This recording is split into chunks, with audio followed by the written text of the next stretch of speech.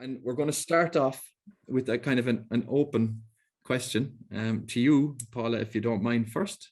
If you wouldn't mind telling us what you are doing to inspire the next generation of business leaders across the organizations you work with, please. Thanks, Pat. I actually had to go back to some of my people I've worked with to ask that question. I'm not 100% sure of the answer. From my own perspective in my career, I suppose I've been really fortunate to work with, particularly from a hospitality perspective in my career in hospitality, with interns and younger members of the team joining into the sales and marketing team within the organization.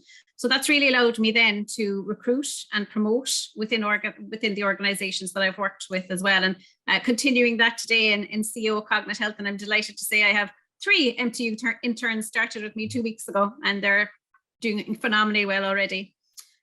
So I really what I call my own alumni group around the world at this stage. Some of them have actually outperformed me in my career, which is great to see as well.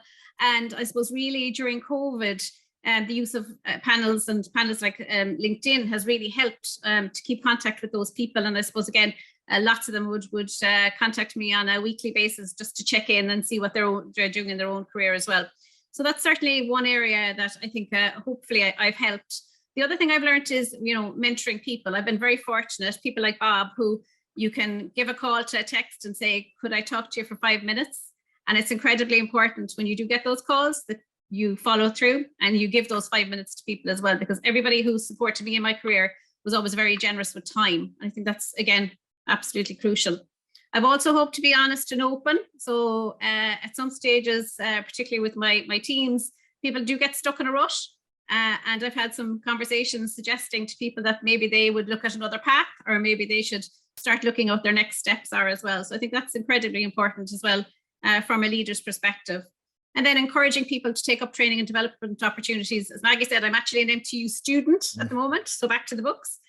So I think it's incredibly important that people take up training and development opportunities. And again, there's so many of them out there nowadays in comparison to when I would have started in my career many moons ago. And then I suppose, again, involving executives that are eager to develop in projects within the organization. That might be not specifically in their specific area, but again, it gives people a real insight to the other aspects of careers and sectors as well. And then I think one of the big things is really to give people the freedom to do their job. Trust people and they will become leaders. If you don't trust them, micromanaging is probably the worst thing a leader in an organization can do. And also, I suppose, finally, what I would hope is that people see me not just from the work side, but as the other sides of me as well. I'm a mother to 3. I'm involved in charities and business groups. I've had to fight hard during my career at different stages and make sacrifices. So hopefully people see that as well as part of me, that I'm not just a CEO of Cognate Health at the end of the day. Thanks, Paula. What program are you doing? Did you say an MTU? Diversity and inclusion. There you go. Oh, very good. That's the certificate level 8 program. Yeah. Yes. Yeah. Excellent. Okay. Thanks for that. Good luck with this. I hope you pass your exams or whatever. So do I. I'm a bit behind schedule at the moment, Pat, but we'll get there. No problem. I'm sure you will. Welcome, Anne. Can you give us an insight into how you are empowering the next generation of leaders across the organizations you lead, Anne, please? Empowering the next generation of leaders. What a question, eh? Well, anyway, look, leadership, like as I always say, people work for managers, but they follow leaders. And it really is about leaders being able to inspire and try to empower their workforce. I think Paula mentioned trust. For us in Vodafone, leadership takes great creativity and commitment and a much broader perspective.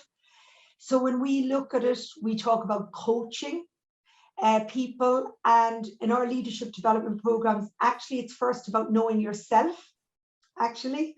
And this is a kind of a new concept. What are your triggers? What are your biases? What drives you? What doesn't? What are your watch outs? I mean, it takes huge inner reflection, and I've probably developed and worked on that over the years. I sometimes look back and think about the early leader, Anne O'Leary, and go, oh my God, what a bossy boots. So it really, we look at fostering this growth mindset we talk about, because all our leaders have huge capabilities, so financial, marketing, product, whatever. But actually, what is people managing skills, what is the leadership skills that they need. So we have 160 leaders. A lot of our focus in the last 2 years has been looking for this growth mindset, creating psychological safety so that managers allow their people to feel safe, to make mistakes, to learn from failures. So they will experiment, they will try new things. We don't just want all the good news. We want, where did things go wrong? So, that is kind of the training and the environment we're trying to create. It's a culture. Then it's consistent listening, what's going on with our people, tracking what's working, the engagement, the participation. Obviously, our leaders do quarterly goal setting, what you need, what you want to achieve, how are you going to achieve it? So there are spirit of Vodafone behaviors. We talk about getting it done together, which is all about teamwork, creating a future, a better future for our customers, for Ireland. And then the experiment, learn fast, which is around allowing people to fail. It's okay. And then earning customer loyalty. So everything we do, we think about our customers, our consumers and businesses in Ireland. So this goal setting is key. The other thing is about our purpose and our culture.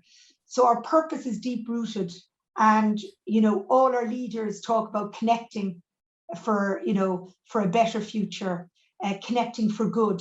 What is our role in terms of Ireland during COVID? It was very motivating. We never felt so important or so stressed in making sure the fixed and mobile network stayed up. But we were critical. So it's doing good business, and people being able to bring their whole selves to work and being proud of the work they do. Last but not least, just something structured, showing vulnerability. This isn't something that I would have grown up with. Yeah, a manager, you're meant to be tough and strong and resilient and show no cracks, right? Now it's much more, I'm nervous, or I don't feel good about that, or it's okay not to feel okay. It's okay to share and ask for help. So really trying to create this open, inclusive environment where people can be themselves, and people can share their vulnerabilities and feel safe and respected, and managers and leaders must lead the way in terms of that. Just back to yourself there, Bob. What is the biggest challenge you have seen managers face in moving to executive level, and what advice would you have for them to overcome these challenges? That's a great question, and as I get older, it took me a lot. I look at this in three classes, if you like, of people. Those who are ready to take this leadership jump, but are not discovered yet.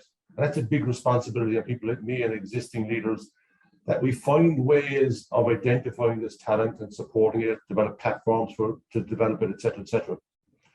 The second category of class would be, and this is an unfortunate one, those who think they're ready, but they're not. And that's a very important one, that, you need to, a lot of emotional intelligence there, a lot of self-awareness. It's very, very important. And the third one is those who have real doubts, but have truly massive potential, and creating an environment where they feel they can put themselves forward for these opportunities. Now, the best way to describe this is I try to aspire to my job description as site leader here in Cork for Dell Technologies. And it really is just a number of points. Connect people across the organization, speak in a single voice, drive a culture of innovation, make it a safe, great, but more importantly, an inclusive place to work. And this is not just a badge over the door. This has to be authentic leadership, where you want to create the environment that someone understands the purpose, the mission, the values of Dell, and really can come in no matter where you come from and be yourself. We don't get that perfect. I certainly don't get that perfect, but that's the environment we need to create. And when you do, those who have doubts about their potential will feel more comfortable about talking and coming forward. Those who need to be discovered will also come forward and avail of all the opportunities. And of course, we do need then to calibrate those who may feel that are a little further ahead, or maybe miles further ahead than they are. And that's all got to be dealt with. And when you do and create that environment, you have a very solid pipeline. Again, in some important points here, you need to acknowledge your shortcomings, because if you do, you can recalibrate and get the help.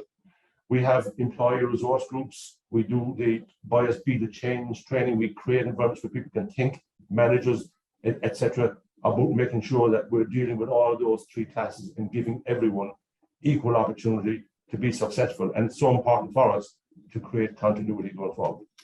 Thanks, Bob. There's so much I'd like to unpack there, and we'll hopefully get a chance to do that in our upcoming podcast. But just in the interest of good timekeeping, and can you give us a sense of what you are doing?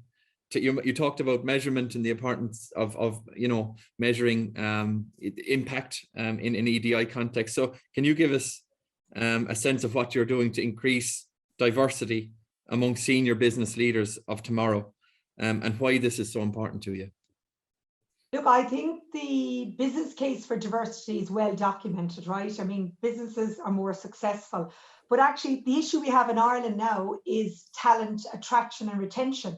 It's extremely competitive out there with all the tech companies that are there.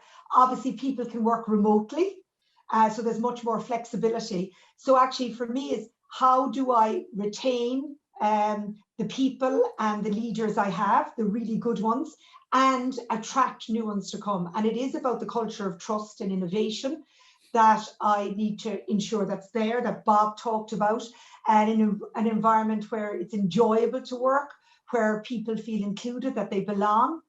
But it does take sustained commitment and investment to do this. It's not just said and done. So there are so many things, whether it's succession planning, pipeline planning, investment in learning and development of our people, measuring reward and performance outcomes, making sure it's fair. Our fair pay principles are there, that our policies are family friendly, there's good flexibility there, that we develop plans and action plans that are monitored and people are held to account for them. The ongoing unconscious bias training, which I think is absolutely a key, so people understand the biases they have. I know in our graduate program now, our gender split is 50-50, but 30% of our graduates on this year's program identify as coming from typically underrepresented minority backgrounds, including people with disabilities and people from racial and ethnic minorities.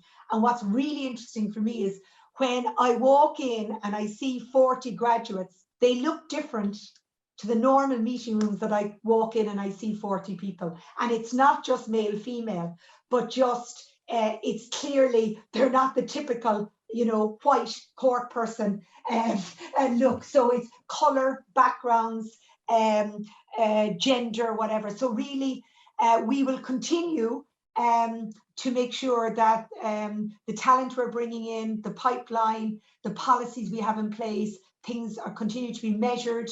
And not only that we'll do that, we walk the talk, and that leaders are clearly expected to deliver on these, because we'll deliver better business results. Is there more we can do, and maybe as MTU as an organisation or as employers as an organisation, to encourage females to engage more in executive further education? So to engage in that training and development to move up the ranks in terms of promotion and development?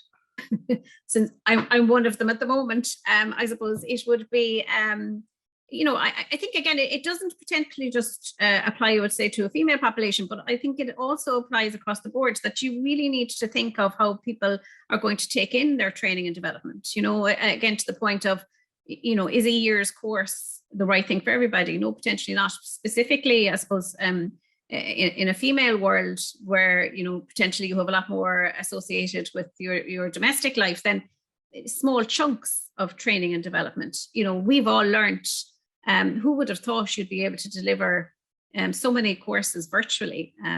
We've even in a medical environment been able to deliver 80% of our courses virtually, which would be unheard of. It would have had to been in the past face-to-face. So I think that's going to open massive opportunities for people to take advantage of lifelong learning, and dip in and dip out of specific courses as well. And particularly it would benefit, I think, certainly the female population as well.